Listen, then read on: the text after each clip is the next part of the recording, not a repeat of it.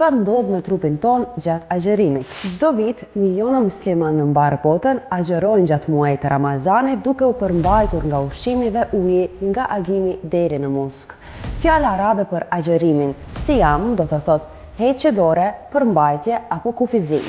Dihet se agjerimi, si shprehje e bindjes ndaj Zotit, na frenon nga dëshirat dhe pasionet tona duke ndihmuar në pastrimin fizik, mendor dhe shpirtëror.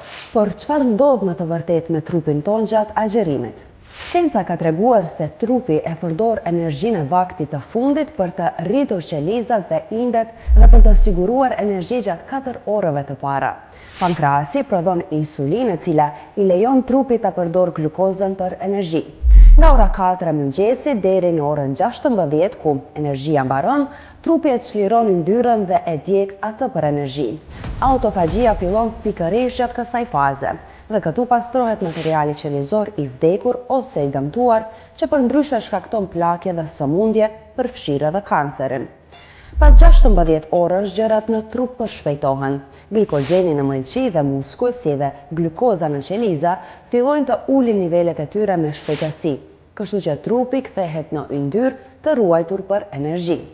Gjatë ditës së parë, niveli i sheqerit në gjak dhe presioni i gjakut bien. Glikogeni tërhiqet nga muskujt duke shkaktuar dobësitë e caktuara. Në ditën e tretë, trupi tashmë fillon të mësohet.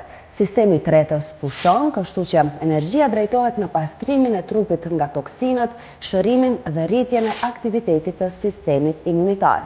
Trupi në këtë pikë është i përshtatur mirë me agjerimin, gjë që çon në rritje të energjisë në trup.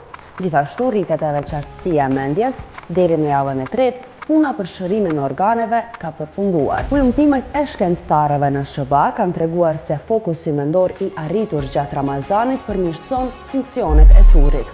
Po kështu, një reduktim i ndjeshëm i sasisë së hormonit kortizol çon në një ulje të madhe të nivelit të stresit gjatë edhe pas Ramazanit.